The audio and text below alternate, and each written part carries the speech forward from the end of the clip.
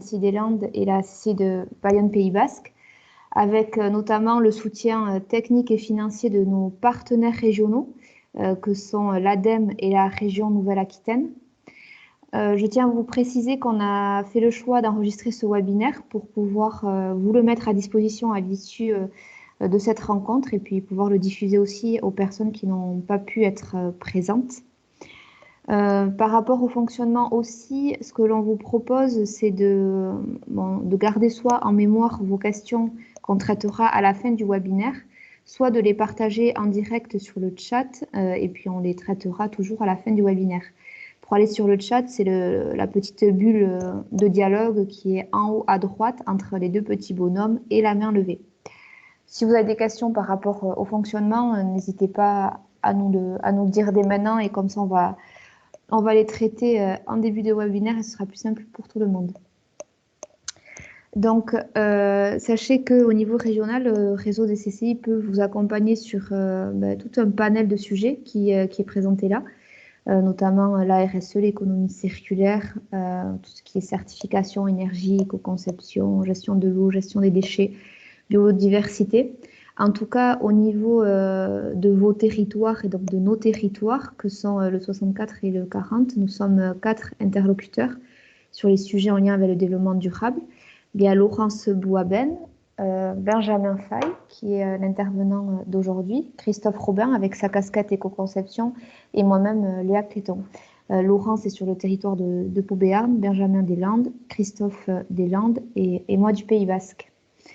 Sachez que cette thématique aujourd'hui, l'air comprimé, qui relève donc de la thématique énergie, est un des sujets phares du plan de relance dédié à l'industrie. Donc, on va vous proposer à la fin une slide sur laquelle vous pouvez vous référer, qui vous présentera notamment ces dispositifs en cours portés par le gouvernement. Nous avons aussi un site, on vous encourage à le consulter, qui est ecoentrepreneur.org, sur lequel on présente très régulièrement les événements en cours sur les territoires de Nouvelle-Aquitaine, ainsi que les dynamiques portées par les entreprises de ces territoires-là, toujours en lien avec le développement durable. Je veux bien laisser la parole à Laurence et Benjamin pour qu'ils puissent se présenter en 2 mots, que chacun puisse nous identifier. Vas-y, Laurence. Bonjour à tous. Alors, je commence. Donc, Laurence Bouaben. Donc, moi, je suis sur le territoire de la CCI Pau-Béarn. J'accompagne les entreprises sur ces différents sujets de la transition écologique et énergétique, comme Léa a pu vous le présenter, dans tous les enjeux de responsabilité sociétale. Et peut-être un peu plus particulièrement sur tout ce qui est gestion des déchets, les achats responsables, avec aussi une action au niveau de la mobilité pour optimiser les déplacements des collaborateurs domicile-travail et avec cet objectif de transition énergétique et décarbonation de l'industrie sur lequel voilà, je peux vous apporter de l'information et vous accompagner dans vos projets. Voilà. Je laisse la parole à Benjamin pour la suite. Merci Laurence. Donc moi je suis Benjamin Failly, conseiller spécialisé en efficacité énergétique à la CCI des Landes. Et donc à ce titre, j'accompagne les industriels, notamment sur la CCI des Landes, dans leur recherche de performance énergétique, mais j'interviens aussi en appui sur les départements limitrophes, notamment avec la CCI Pau-Béarn et Bayonne Pays Basque. Lorsque des industriels ont une problématique énergie, Léa et Laurence me la renvoient et on travaille ensuite ensemble dessus. Alors, ce que je vous propose aujourd'hui, c'est on va passer environ une trentaine de minutes sur l'usage de l'air comprimé en industrie et comment je peux optimiser les consommations de cet usage. Alors, on est quand même un certain nombre, il me semble, à participer à ce webinaire, donc ça va être compliqué de vous faire interagir durant mon intervention. Donc, ce que je vous propose, c'est noter vos questions quelque part, et puis on se prévoira un temps d'échange à l'issue, et on pourra revenir sur des choses où j'aurais peut-être été pas très clair et vous n'avez pas comprises, ou des questions sur lesquelles je n'ai pas été. Rapidement le sommaire, on va déjà regarder pourquoi on utilise de l'air comprimé en industrie, à quoi ça sert et surtout pourquoi c'est cher, alors que finalement c'est que de l'air. Ensuite, je vous présenterai les différents éléments d'un système de production d'air comprimé. Donc, la centrale de production, la distribution et comment on utilise cet air comprimé. Et puis, ce qui nous intéresse tous derrière, c'est effectivement sur ces différents usages que sont la centrale de production, le réseau et l'usage de l'air comprimé, quelles sont les actions que je vais pouvoir mettre en place pour économiser de l'énergie et économiser mon air comprimé. Alors, déjà, pourquoi on utilise de l'air comprimé en industrie? Pour plein de raisons, notamment parce que c'est facile d'utilisation et de mise en œuvre. Contrairement à un système électrique, je n'ai pas de câble électrique, je n'ai pas d'armoire électrique. Là, j'ai un réseau d'air comprimé qui circule sur mon site. J'ai juste, entre guillemets, à me raccorder dessus et tout de suite, j'ai de l'énergie qui arrive. C'est quelque chose qui se stocke facilement, c'est transportable, c'est pas quelque chose qui est alors dangereux, on pourra revenir dessus, mais contrairement à l'électricité ou du gaz, c'est effectivement moins dangereux. Ça va me donner aussi des usages qui sont généralement plus robustes que sur des usages électriques. Parfois, c'est aussi sur des zones qui sont à texte parce qu'il n'y a pas d'étincelles. Ça permet des démarrages progressifs où il y a plein d'autres raisons pourquoi on peut utiliser de l'air comprimé en industrie. Et souvent aussi parce que justement, les machines-outils, notamment, utilisent des vérins et on a l'obligation d'utiliser de l'air comprimé. Alors justement, les usages de l'air comprimé, je vous le cite en premier, principalement c'est quand on va avoir besoin d'un mouvement, on va utiliser un vérin. On peut utiliser aussi l'air comprimé pour faire du dépoussiérage. Donc on va évacuer les poussières, les copeaux ou les choses qu'on a besoin de retirer, notamment si on fait de l'usinage mécanique par exemple, avec de l'air comprimé. On peut aussi utiliser l'air comprimé pour faire du refroidissement. Tout simplement, on utilise le fait qu'on fait un flux d'air donc qui va augmenter les échanges convectifs et pouvoir refroidir la pièce. De temps en temps, mais assez moins souvent, on peut avoir des moteurs pneumatiques. Sinon, les moteurs pneumatiques qu'on retrouve régulièrement, c'est sur... alors, ce n'est pas de l'électroportatif, du coup, parce que ce n'est pas électrique, c'est du pneumatique, mais ça sera des visseuses, des ponceuses, voilà. On a aussi de l'air comprimé pour des choses comme le décolmatage. Ceux qui ont des filtres, notamment pour l'extraction de poussière, le savent. Les filtres, pour éviter leur encrassement, on les décolmate avec de l'air comprimé, par exemple. Ça peut aussi servir à faire du vide avec des systèmes Venturi. Enfin, il y a tout un tas d'usages de l'air comprimé. Alors, comment c'est foutu un réseau d'air comprimé et la centrale de production? Donc là, ce que je vous propose, c'est un schéma assez simpliste, mais qui permet de retrouver tous les différents organes, toutes les différentes machines qu'on a sur un réseau et un équipement d'air comprimé. Donc on a tout d'abord la production d'air comprimé. On va avoir les compresseurs qui vont permettre de produire cet air comprimé. Cet air, on va ensuite la passer dans un sécheur et potentiellement la filtrer avant de la mettre dans un réservoir. Alors on en discutera ensuite du réservoir, de son rôle et comment l'optimiser. Une fois qu'on a fait ça, on l'envoie sur le réseau proprement dit, qui va transporter cet air et qui va l'amener aux différents usages, donc ceux que je viens de citer, des vérins, des soufflettes, des moteurs, voilà. Donc globalement, un réseau d'air comprimé, on retrouve à peu près systématiquement la même chose. On va s'intéresser d'un peu plus près à chaque usage en particulier. Donc tout d'abord, la production d'air en elle-même. Donc la production d'air, on a trois grandes familles de compresseurs d'air. On a tout d'abord les compresseurs à piston. Donc les compresseurs à piston, généralement, c'est pour des puissances qui vont être inférieures à 10-12 kW. C'est dans son fonctionnement relativement simple, hein. C'est un moteur, une bielle, elle fait tourner un piston dans un cylindre, et puis on produit comme ça de l'air comprimé. C'est très facilement reconnaissable, hein. Ça ressemble à un moteur thermique, sauf que c'est un moteur électrique derrière qui fait tourner le piston pour produire l'air comprimé. Ensuite, on va voir la plus grosse majorité du parc des compresseurs. Ce qu'on trouve le plus souvent, c'est ce qu'on appelle des compresseurs à vis. Donc, compresseurs à vis, c'est deux vis hélicoïdales, l'une à côté de l'autre, qui vont tourner et qui vont produire cet air comprimé.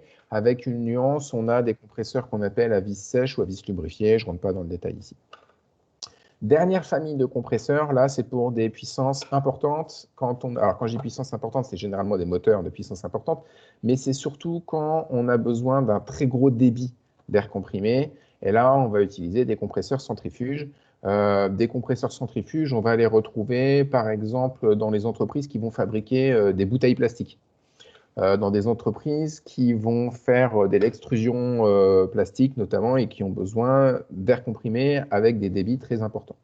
Donc voici les 3 grandes familles de compresseurs d'air, sachant que les compresseurs les plus souvent qu'on retrouve, ça va être les compresseurs à vis, et bien souvent compresseurs à vis lubrifiés. Ensuite, pourquoi c'est cher? Parce qu'on pourrait se dire, bon, bah, c'est de l'air comprimé. Finalement, l'air, je ne la paye pas, elle est dans mon environnement, je la comprime avec un moteur électrique. Alors, le coût de l'air comprimé, on va principalement le retrouver au niveau du compresseur.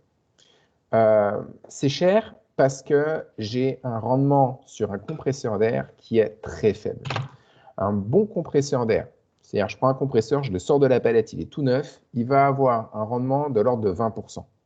Donc sur 100 kW d'électricité, je vais avoir 82 kW qui part sous forme de chaleur et une puissance mécanique, donc une puissance pneumatique réelle que je récupère à travers mon air comprimé qui va être de l'ordre de 18 kW. Donc c'est pour ça que c'est une énergie qui est très chère, c'est parce qu'elle utilise de l'électricité qui de base est plus chère que d'autres types d'énergie. Et puis surtout, c'est qu'un compresseur a un très mauvais rendement. Alors, pour illustrer ça, je vais comparer un système de séchage par air comprimé versus un système par surpresseur électrique. Alors, ce qu'on appelle un surpresseur électrique, en gros, c'est un ventilateur avec un débit important. L'idée, là, c'est de se dire, je vais sécher une pièce qui a été trempée dans un bain, j'ai besoin de faire évacuer le maximum d'eau de cette pièce en soufflant de l'air dessus. Donc, si j'utilise un surpresseur électrique, donc je vais avoir un rendement qui est moins catastrophique qu'un compresseur, mais qui n'est pas extraordinaire non plus, de l'ordre de 60%.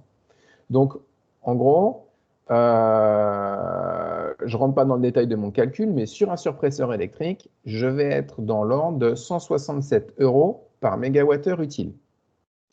Alors que si j'utilisais un système d'air comprimé, avec le système que vous avez en photo dans la présentation, là, c'est des systèmes de bus qui vont permettre de faire un filet d'air avec des vitesses importantes, je vais être de l'ordre de 666 € par mégawattheure utile.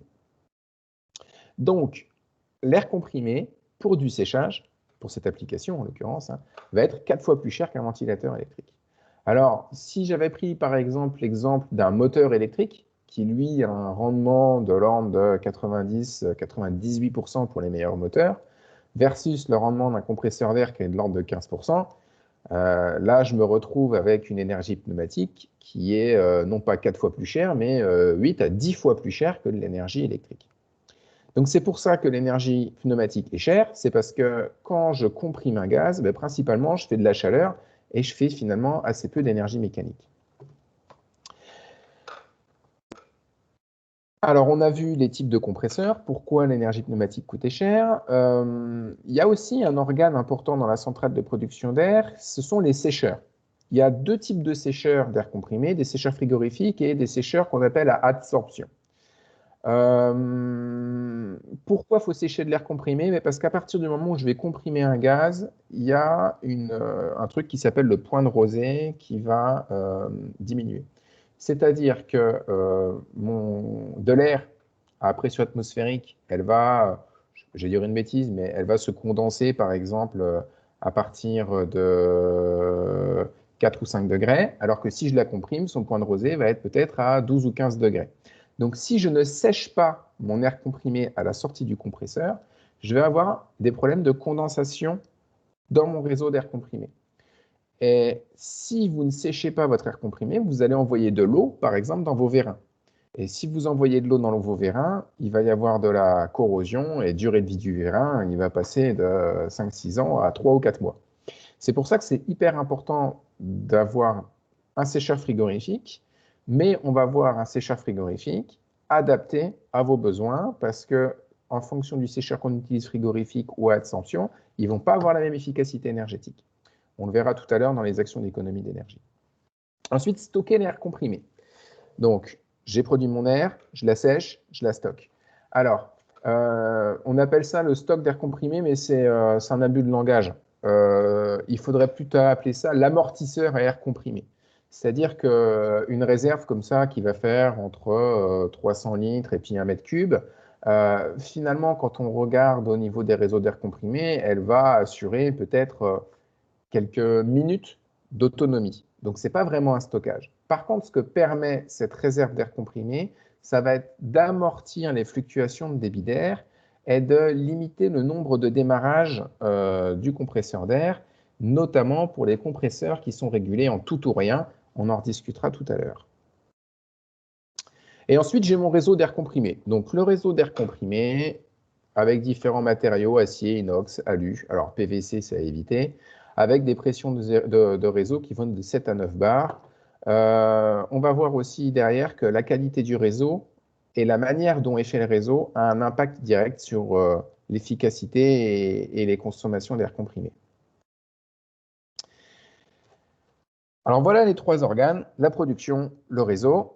On va regarder, et les usages derrière. Maintenant, on va regarder comment je peux faire pour optimiser la performance au niveau de la centrale de production d'air comprimé. Donc, quand je parle de la centrale de production d'air comprimé, on va s'intéresser au compresseur, au sécheur et au stockage.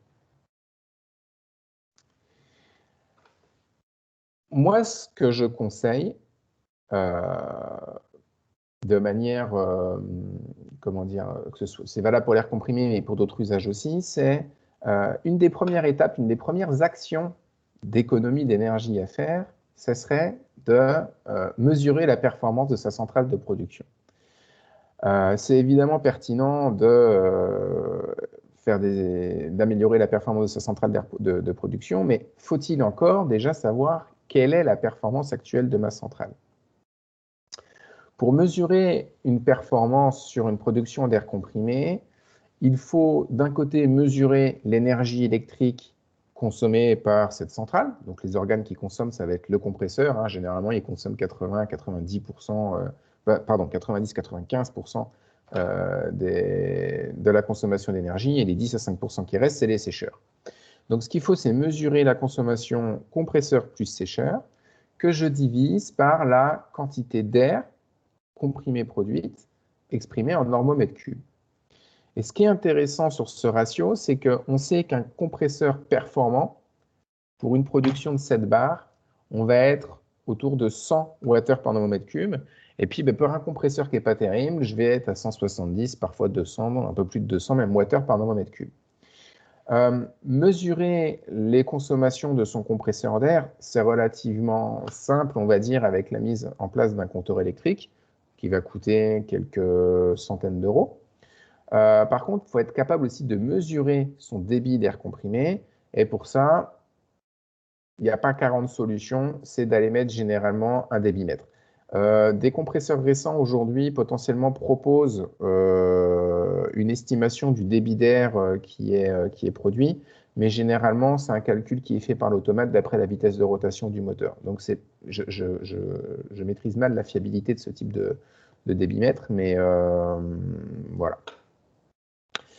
Et une fois qu'on a ça, on va être capable de suivre la performance de sa centrale. Mais on va être aussi capable de suivre, notamment avec le débitmètre, un truc qui s'appelle le taux de fuite et sur lequel on discutera tout à l'heure.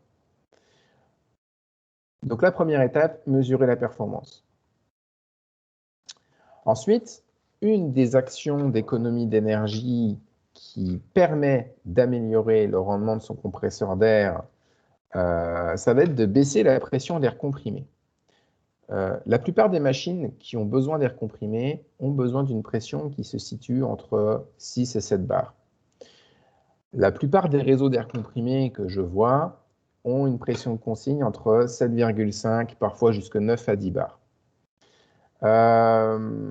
C'est pour ça que c'est toujours bon de se poser la question, est-ce que ma pression de consigne aujourd'hui est optimisée? Une façon de le tester, c'est de diminuer progressivement la pression de consigne, donc faire tourner. Imaginons je suis à 8 bars, je descends à 7,75 bars, je laisse une semaine et je regarde comment ça se passe. Et je diminue comme ça jusqu'à éventuellement avoir des machines qui se mettent en dysfonctionnement. Et à partir de ce moment-là, je réaugmente un petit peu la pression au niveau de la consigne. Et là, on peut dire que j'ai une pression qui est optimisée. Cette optimisation de pression, elle ne doit pas se faire qu'une seule fois, parce que votre réseau d'air comprimé va évoluer, potentiellement votre taux de fuite d'air comprimé, on en discutera après, va aussi baisser, et donc cette pression de consigne, c'est intéressant de la tester régulièrement. Et puis, si vous vous retrouvez avec une pression de consigne de 8 bars, et si vous descendez en dessous de ces 8 bars, vous avez des machines qui se mettent en défaut, alors que ces machines ont réellement besoin d'une pression de 6,5 ou 7 bars, il faut se poser la question. Pourquoi est-ce que entre ma zone de production où j'ai une consigne à 8 bars et là où j'utilise mon air comprimé, ben, je suis en dessous des 7 bars, qu'est-ce qui se passe entre les deux? Parfois, ce problème de pression aussi, elle vient du fait que le compresseur est sous-dimensionné. C'est-à-dire que le compresseur, il est dimensionné pour produire un certain volume d'air à un certain niveau de pression. Et comme mon compresseur est sous-dimensionné, il ne va pas réussir à maintenir le débit nécessaire à la pression demandée. Ce qui fait que parfois, les entreprises vont mettre une consigne de pression élevée, qui va permettre d'utiliser la zone de stockage comme amortisseur pour les besoins de pointe où le débit est très élevé par rapport à ce que peut produire le compresseur. Donc c'est pour ça qu'optimiser sa pression d'air comprimé, il faut se poser la question régulièrement. Et on va dire que quand j'ai une pression de consigne qui est autour des 7 bars, généralement, c'est que c'est déjà pas mal. Si je suis au-dessus des 7,5, 8 bars, 9 bars, là, vraisemblablement, il y a des choses qui sont à faire.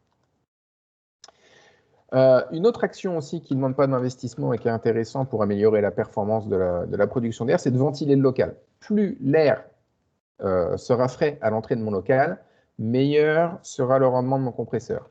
Avec une petite nuance, il faut faire attention, notamment en hiver, à ne pas avoir de l'air trop froid. Parce que si j'ai des problèmes de condensation, notamment au niveau du bloc vis, que cette eau gèle dans mon bloc vis, je peux soit avoir des dégâts, mais généralement, la plupart des compresseurs ont des systèmes de sécurité avec des résistances qui permettent de tenir en hors-gel ce bloc vis. Mais c'est à faire attention. Bon, en même temps, on est dans le sud-ouest, hein, on n'est pas en Norvège non plus.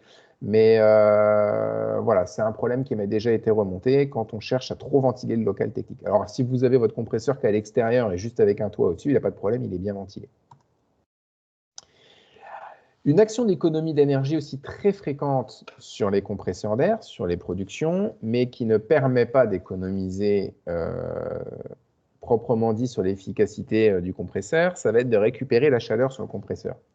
En introduction, je vous le disais tout à l'heure, un compresseur d'air, son rendement, au mieux, on va être de l'ordre de 20%. Donc 80% de l'énergie consommée par le compresseur part en chaleur. Et vous le sentez bien, hein, si vous avez un compresseur aujourd'hui qui n'a pas de récupération de chaleur, vous mettez la main au-dessus du compresseur, généralement là où est extrait l'air de refroidissement du compresseur, elle est chaude. Elle est peut-être entre 40 et 45 degrés. Donc, une action, là, vous voyez sur la photo du haut, toute simple, c'est cet air chaud qui est extrait de mon compresseur, ben, je la renvoie tout simplement dans mon atelier. Une autre possibilité, c'est d'aller récupérer, donc c'est la photo du dessous, des calories avec un échangeur sur le refroidissement d'huile du compresseur. Ce type d'échangeur va déjà d'une part être plus onéreux que la récupération juste avec une gaine d'air chaud, mais va permettre aussi d'être à des températures jusqu'à 80 degrés. Donc on a un niveau de température plus élevé. On récupère aussi, je ne rentre pas dans le détail, mais un petit peu moins d'énergie, mais ça permet d'avoir un niveau de température plus élevé. Donc je le disais, ça, ce n'est pas une action d'économie sur l'air comprimé, mais c'est une action d'économie sur d'autres usages, notamment de chauffage, par exemple, que vous auriez pour les ateliers, mais qui est intéressante à mettre en place. Là, on rentre un peu plus dans de la technique, notamment les modes de régulation. Donc, les compresseurs à piston, pas de problème. Soit ils sont en route, soit ils sont arrêtés. Quand ils sont arrêtés, ils ne consomment plus d'énergie. Les compresseurs à vis, donc la grande majorité du parc des compresseurs, ont une particularité, c'est que ces blocs vis qui produisent l'air comprimé apprécient très peu les arrêts et redémarrages trop fréquents. Donc, pour éviter une usure prématurée de ces blocs vis, le compresseur a ce qu'on appelle une marche à vide. Marche à vide, ça signifie que le bloc vis continue de tourner, donc le moteur électrique continue de faire tourner ces deux vis-là, mais ne produit plus d'air comprimé. C'est-à-dire que au niveau du bloc vis, on ne va plus comprimer de l'air, on va évacuer l'air au début du bloc vis, là où l'air n'est pas encore comprimé. Donc le moteur, lui, n'a pas besoin on va dire, d'autant de force pour faire tourner ce bloc vis, mais il continue de consommer de l'énergie sans pour autant produire de l'air comprimé. Versus le fonctionnement qu'on appelle en charge, où là, le compresseur fait tourner le bloc vis normalement et on produit de l'air comprimé. Et là, c'est plus dur pour le moteur de tourner, donc il consomme plus d'énergie. Ce qu'on voit sur le diagramme de gauche, là, c'est une mesure d'appel de puissance sur un compresseur qui a été réalisé. Donc, on voit les pics qui sont les fonctionnements en charge, où mon compresseur appelle en gros 33-35 kW, et les fonctionnements à vide, alors qui n'est pas brutal en plus ce fonctionnement à vide, qui va être, là, son début de fonctionnement à vide, je vais être un peu en dessous des 25 kW, et il n'a même pas le temps de se mettre à sa vitesse de vide complet autour de 15 kW qu'il redémarre déjà. Donc, les compresseurs qui sont en régulation tout ou rien comme ça avec une marche à vide, il faut faire attention à ne pas avoir un temps de fonctionnement à vide qui soit trop long. Donc, ça voudrait dire un compresseur qui tourne sans pour autant produire d'air comprimé. C'est pour ça que sur des centrales d'air comprimé, on va potentiellement mettre en parallèle des compresseurs tout ou rien qui vont assurer la base du débit d'air et puis des compresseurs à vitesse variable qui vont assurer les pointes. C'est ce qu'on voit sur le graphique que vous avez là à votre droite, avec en vert le compresseur à vitesse variable et puis en violet et en bleu des compresseurs à vitesse fixe. Il est possible sur vos compresseurs d'air, notamment en allant voir dans l'automate, de récupérer les temps de fonctionnement à vide et en charge et de déterminer quel est le taux de charge de votre compresseur. On estime qu'un compresseur qui fonctionne en tout ou rien, son taux de charge doit être de l'ordre de 60%. Alors pour optimiser ce mode de régulation, ça va être d'utiliser des compresseurs à vitesse variable. Là, on n'a plus de temps de fonctionnement en charge ou à vide, c'est tout simple. On a un variateur de vitesse qui va adapter la vitesse du moteur au débit d'air comprimé dont j'ai besoin. Et c'est généralement là où je vais avoir une meilleure efficacité énergétique qu'un compresseur tout ou rien. Donc, dans le cadre où j'ai plusieurs compresseurs, donc certains en tout ou rien et d'autres à vitesse variable, c'est aussi de s'assurer qu'ils communiquent bien entre eux. Là, j'ai l'exemple d'un enregistrement qui avait été fait sur une centrale d'air comprimé. J'ai en bleu la courbe du compresseur à vitesse variable, on voit qu'il régule sa puissance. En rouge, le compresseur en tout ou rien, et en vert, un autre compresseur en tout ou rien. Donc tout se passe bien jusqu'à ce qu'on arrive le week-end, où là, ça cafouille, ils ne savent plus bien qui doit prendre la main sur qui. Et donc durant le week-end, j'avais des compresseurs là qui faisaient n'importe quoi. Autre action sur la production d'air comprimé, c'est tout simplement d'arrêter le compresseur quand vous n'en avez pas besoin. Ça, c'est valable pour les entreprises, effectivement, qui ne fonctionnent pas en 3-8 et les week-ends, mais les entreprises qui fonctionnent de journée ou en 2 équipes de journée et qui ne fonctionnent pas les week-ends, ça ne sert à rien de laisser tourner le compresseur la nuit et les week-ends, parce que quand c'est ça, il va généralement tourner pour assurer le débit de fuite, quoi. Donc, autant arrêter le compresseur pendant les périodes d'inactivité. Donc, cet arrêt, il peut se faire de manière manuelle, mais bon, l'erreur est humaine et puis on n'est pas à l'abri d'un oubli, ou alors tout simplement d'aller mettre une horloge. Ça, c'est pareil, c'est une action qu'on retrouve très très régulièrement sur des centrales d'air comprimé et qui en plus est assez peu onéreuse, hein, notamment le prix d'une horloge, c'est pas très très cher. Alors voilà pour la production. Alors optimiser le séchage d'air comprimé, l'optimisation elle passe surtout par utiliser un sécheur qui est adapté à vos besoins. Je vais avoir 2 familles, des sécheurs frigorifiques et des sécheurs qu'on appelle à adsorption. Le sécheur frigorifique, il va permettre d'avoir un point de rosée qui va être inférieur à 5 degrés. Hein, et le sécheur à adsorption, il va me permettre d'avoir un point de rosée jusqu'à moins 70 degrés. Donc ça veut dire que le sécheur à absorption va sécher suffisamment l'air pour qu'il faut que la température descende en dessous des 1 degré pour commencer à condenser. Alors que le sécheur frigorifique, il va sécher l'air, mais si je descends en dessous de 5 degrés, potentiellement, je pourrais condenser. Mais mon sécheur frigorifique, lui, va avoir une consommation qui est de l'ordre de 2 à 7,5 Wh par nanomètre cube, alors que le sécheur à absorption, lui, je suis autour de 10 Wh par nanomètre cube. Donc, ça ne sert à rien d'aller mettre un sécheur à absorption si ma température ne descend jamais en dessous des moins 20 degrés. Si j'ai un réseau qui passe uniquement à l'intérieur et puis que je n'ai pas de contraintes particulières sur la qualité de mon air comprimé, donc sur son hygrométrie, on va dire, autant mettre un sécheur frigorifique. Les sécheurs à absorption, on les retrouve souvent dans des entreprises de chimie où ils utilisent l'air comprimé, parfois dans les réactifs. Et on les retrouve aussi dans des endroits où j'ai un réseau qui peut passer à l'extérieur et donc potentiellement en hiver qui pourrait condenser. Mais sinon, ça ne sert à rien d'avoir un sécheur à absorption si un sécheur frigorifique peut suffire. Ensuite, le stockage. Alors, des actions en soi sur le stockage d'air, il faut juste avoir un stockage qui est adapté. Si vous avez un stockage trop faible et que vous avez une régulation en tout ou rien, eh ben, l'amortisseur, on va dire, va pas suffisamment prendre les impacts et vous allez vous retrouver avec un taux de charge qui peut être élevé. Donc, vaut mieux un gros stockage d'air plutôt qu'un petit stockage d'air. Mais après, si on a un gros stockage, ça coûte plus cher aussi. Ce qui peut être intéressant aussi, c'est, tout à l'heure, je vous parlais d'optimiser la pression d'air.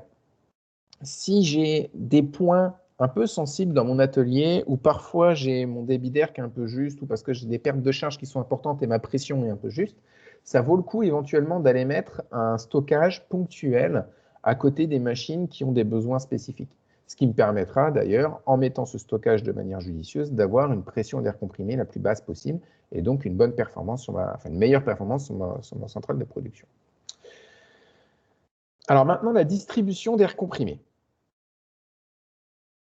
Alors, l'optimisation du réseau, là, c'est plus dans le cadre de la conception de ce réseau. Si vous êtes déjà sur un réseau existant, c'est compliqué d'aller faire ces actions d'optimisation, mais c'est intéressant, par exemple, en premier lieu, d'avoir un réseau qui soit bouclé. C'est-à-dire qu'on le voit comme sur l'image qui est là, c'est que mon réseau fait tout le tour de l'usine et revient à la production. C'est intéressant de l'avoir parce que c'est comme si artificiellement on augmentait le diamètre du tuyau et donc la machine qui est à l'opposé là de mon stock, eh ben, elle est alimentée par 2 tuyaux, donc c'est comme si elle avait un tuyau de diamètre plus grand et on limite les pertes de charge et ça permet une fois de plus d'avoir une pression qui soit optimisée. Bon, je ne rentre pas plus dans le détail de cette liste-là. De toute façon, la présentation, vous l'aurez, vous pourrez les relire sur la partie conception. Sur la partie réseau, l'action phare, ça va être de réduire les fuites d'air comprimé. Alors, comme tout à l'heure, je vous disais, c'est intéressant de suivre la performance de sa production d'air avant même de mettre en place les actions d'économie d'énergie. Pour les fuites d'air comprimé, c'est un peu pareil. Ça vaut le coup, avant même de se lancer tête baissée dans la recherche de fuite, de mesurer son taux de fuite. Alors, pour mesurer son taux de fuite, il faut être capable de mesurer son débit d'air. Donc, le mieux, c'est d'avoir un débitmètre. Donc, le taux de fuite, ça va être le débit des fuites divisé par le débit total. On peut aussi le mesurer avec un enregistreur de puissance et calculer la consommation électrique liée aux fuites par rapport à la consommation électrique totale. Je ne rentre pas plus dans le détail des techniques pour mesurer le taux de fuite. De toute manière, si vous n'avez pas en interne les outils de mesure nécessaires, il faut généralement faire appel à un prestataire. Donc, soit votre compressoriste, soit des bureaux d'études peuvent vous accompagner sur la mesure de votre taux de fuite. Ce qu'il faut savoir, c'est qu'un taux de fuite acceptable doit être inférieur à 15%. Moi, j'ai connu des sites qui ne prêtaient pas plus que ça attention à leur fuite, qui les réparaient ponctuellement tout de même. Là, on se retrouve avec des taux de fuite qui sont de l'ordre de 30-35%. J'ai eu des sites aussi où vraiment il n'y avait aucune recherche sur les fuites d'air comprimé. Et là, j'avais des débits, des taux de fuite qui étaient de l'ordre de 80%. Donc 80% de l'air qui était produite était pour les fuites d'air. De la même manière, on vous renverra cette présentation et on vous enverra aussi un tableur Excel qui vous permettra, par rapport à votre coût d'électricité, pression de consigne et une estimation de votre rendement de compresseur d'air, d'avoir une idée du coût d'une fuite de 1 mm par exemple. Donc de mémoire, hein, sur un réseau, on va être à 7 bars, une fuite d'1 millimètre pour un compresseur standard et une facture d'électricité à 110-120 € le mégawattheure. On va avoir une fuite d'1 millimètre, va coûter peut-être 100 à 150 € par an. Pour réduire ce taux de fuite, généralement, on va écouter le réseau. Donc, soit on est capable de le faire à l'oreille, soit quand il y a une pollution sonore trop importante et que l'entreprise n'a pas de temps d'arrêt, on va utiliser des détecteurs ultrasons. Donc, c'est des canons à son avec lesquels on va être capable d'entendre les fuites. Ce qui est intéressant, c'est que maintenant, les canons à son, ils sont même capables de déterminer, d'après le spectre audio qu'ils récupèrent, le début de la fuite. Et dans le logiciel, quand on lui indique le coût de l'électricité, l'efficacité du compresseur, tout ça, il nous donne vraiment le coût de perte qu'on a pour chaque fuite.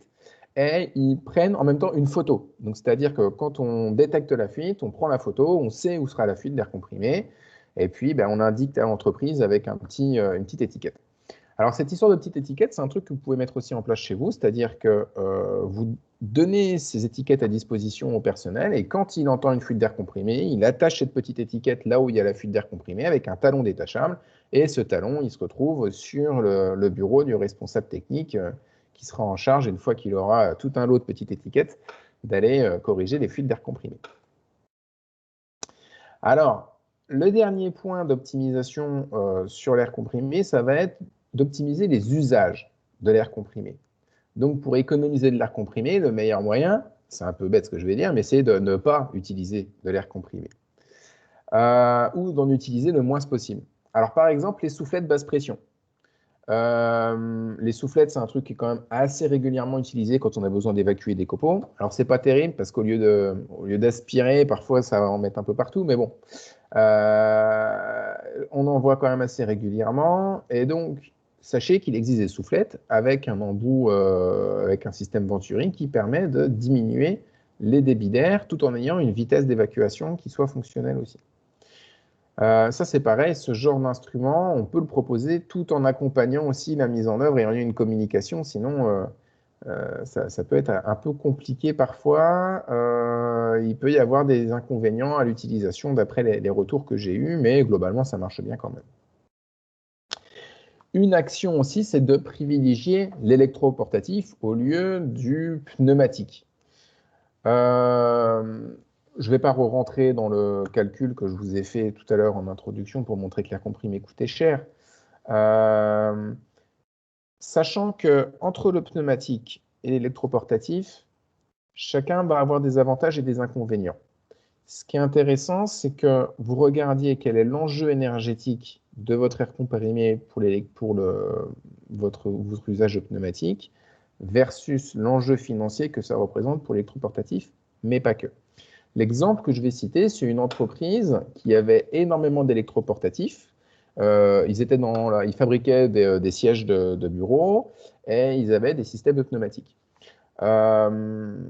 J'ai proposé à l'entreprise de changer cet électroportatif ce pneumatique, des visseuses pneumatiques pour des visseuses électroportatives en prenant l'axe des économies d'énergie.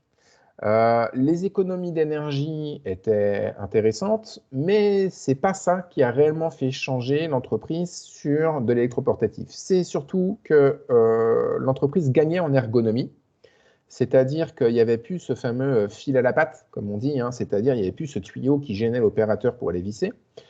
Les technologies aujourd'hui en électroportatif ont bien amélioré et en termes de couple de vissage, le rapport poids-couple de la visseuse était même supérieur sur l'électroportatif que sur la visseuse pneumatique. La visseuse électroportative coûtait moins cher que la visseuse pneumatique, mais avait une durée de vie un peu moindre. Ce qui fait qu'au global, le coût revenait à la même chose entre une visseuse pneumatique et une visseuse électroportative. Mais l'entreprise y gagnait aussi en maintenance, parce qu'elle avait moins de temps à passer sur la réparation des pneumatiques. Et ce qui a fait finalement pencher dans la balance, c'est ce gain maintenance, ce gain coût d'invest, et puis l'amélioration des conditions de travail. Et en plus de ça, effectivement, ils ont fait des économies d'énergie.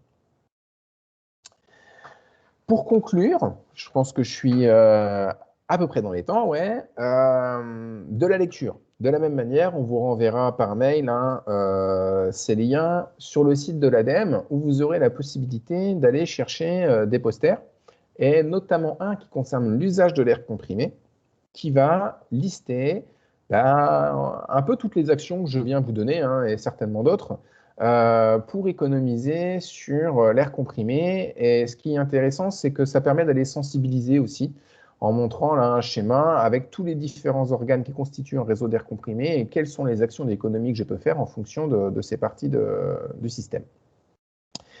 On vous enverra aussi un peu de lecture d'un guide d'AT2E qui est plutôt bien fichu et qui est voilà, le guide pratique de l'air comprimé, comment optimiser la performance de son réseau d'air comprimé. Donc ça reprend en grande partie ce que je vous ai présenté aujourd'hui et puis évidemment plus en détail. Et puis d'autres choses un peu plus, on rentre un peu plus dans la technique.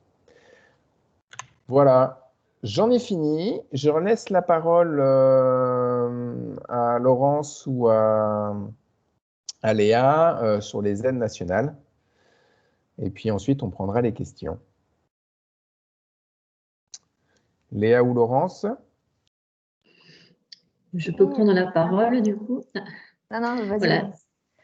On voulait juste vous envoyer cette information par rapport à un guichet de subvention qui est destiné à aider les entreprises industrielles dans le cadre du plan de relance de l'industrie. Et l'objectif donc est de s'équiper pour améliorer votre efficacité énergétique.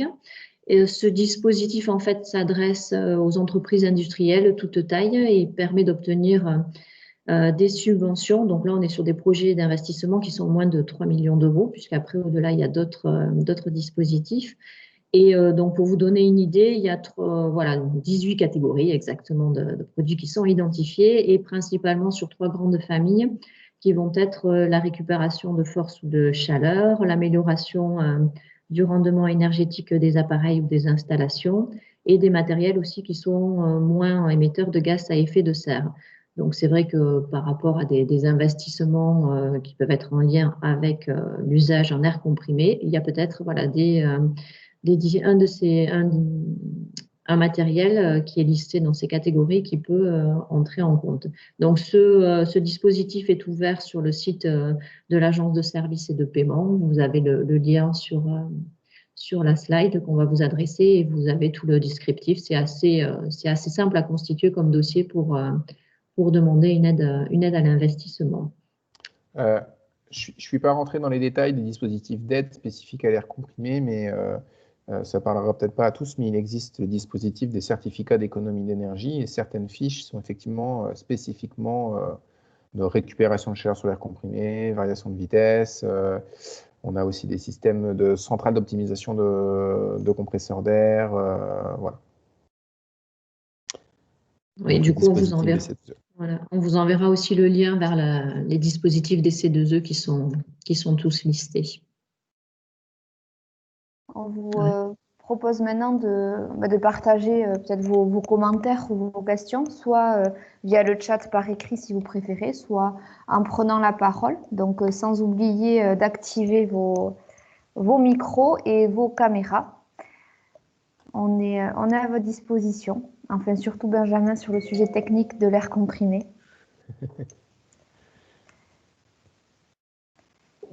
N'hésitez pas à poser vos questions dans le chat. Ou dites-nous si tout a été clair.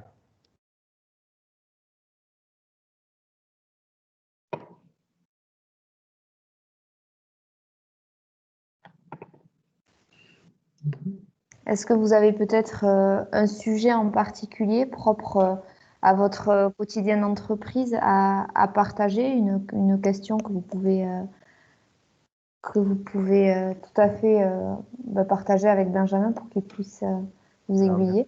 Merci Monsieur Pignon qui dit que la présentation est bonne. Il y a Pascal Bonnet de Ceretram, je crois, votre entreprise, qui est en train d'écrire quelque chose. Oui, bonjour Patrice Pignon. Bonjour. Bonjour. J'avais juste une question. Donc nous, on a déjà mis en place tout ça. On est actuellement en train de refaire un appel d'offres pour changer notre centrale parce qu'on est en fourniture de mètres cubes. D'accord. Et je voulais savoir si, alors forcément, tout ce qui est récupération de chaleur, on a déjà mis tout notre réseau et ainsi de suite. Mais est-ce qu'on sera éligible au C2E? Je pense pas, vu qu'on l'a déjà fait une première fois.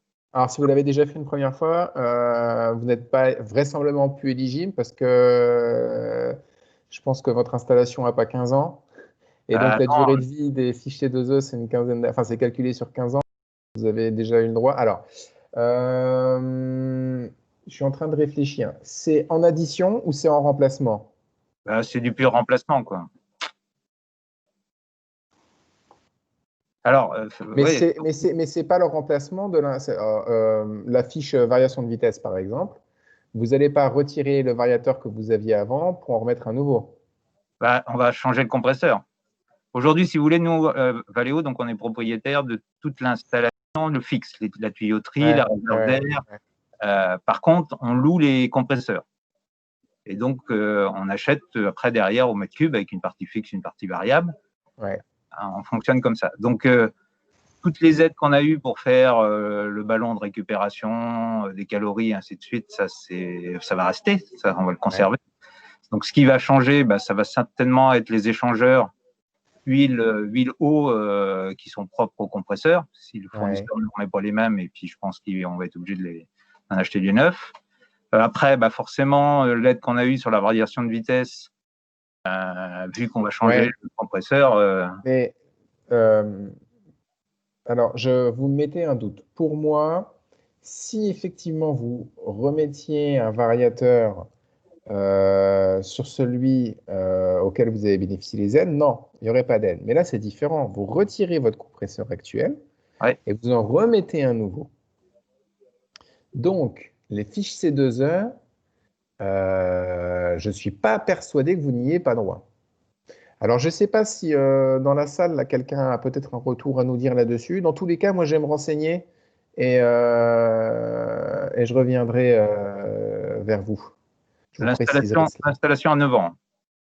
Ouais. Oui, mais ce que je veux dire, c'est que même si l'installation avait moins de 9 ans, c'est que ce n'est pas le remplacement de votre variateur actuel, par exemple. C'est tout le compresseur avec son variateur qui s'en va, qui va être installé éventuellement ailleurs, qui servira en secours, j'en sais rien.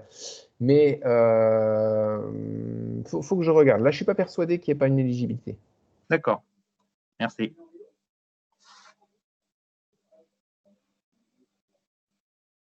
Est-ce qu'il y a d'autres remarques ou d'autres questions?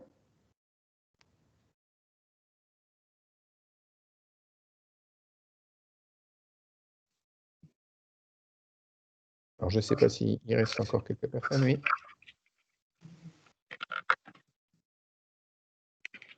Bonjour. Monsieur Barrier, oui, bonjour. Oui, bonjour, je suis Monsieur Barrier, donc Magnéti Marily à Châtellerault. On a un projet de remplacement alors, dans notre installation, on a un compresseur principal avec variateur et un compresseur de secours fixe.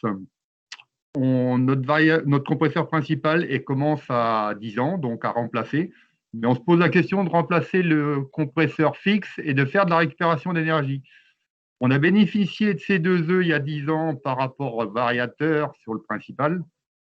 Pareil, par rapport au C2E, qu'est-ce que ça donnerait si on remplaçait le secours qui serait d'après principal avec récupération de chaleur? Je vais vous faire la même réponse parce que j'ai l'impression que la question est un peu la même, Monsieur Barrier. faut que je vérifie. Là, j'ai un doute et dans le mail qu'on vous renverra avec les supports, tout ça, je vais bien contrôler ça. Nous, c'est vraiment le but, ça serait de garder le principal qui commence à être fatigué et de remplacer le secours. Ouais. Parce que le secours, il est plus près de la chaufferie, ce serait plus facile de coupler avec la chaufferie et tout. D'accord. D'accord. Mais lui, c'est un fixe, hein, c'est un variateur fixe, c'est vraiment de secours pour l'instant. D'accord. Ok. Voilà. Je me renseigne. Et je vous préciserai les critères effectivement d'éligibilité. Merci beaucoup. Je vous en prie.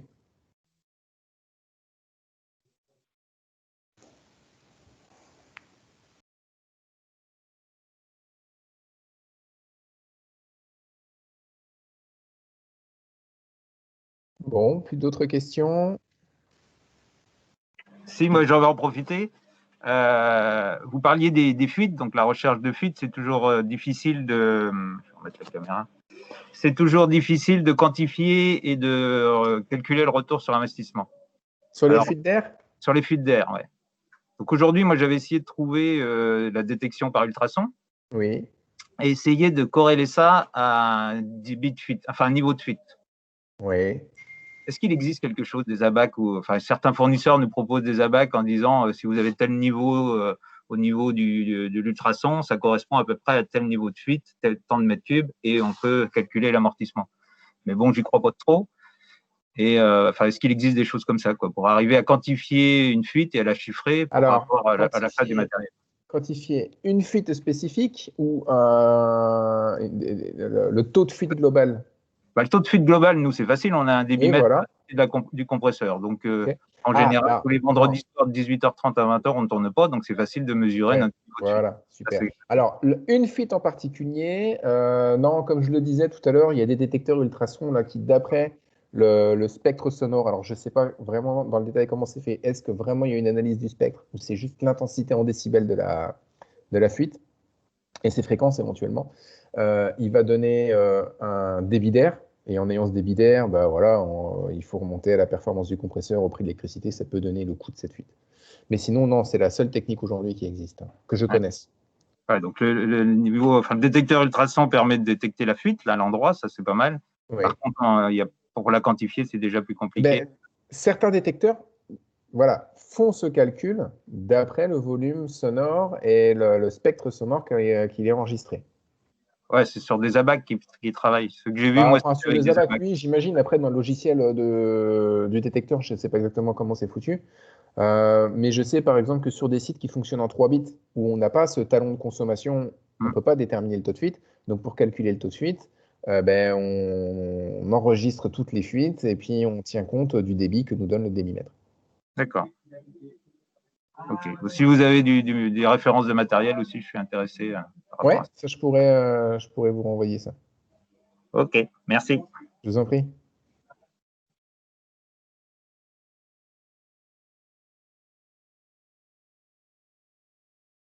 Bon, il est 53. S'il n'y a pas d'autres questions, Léa, je te laisse conclure.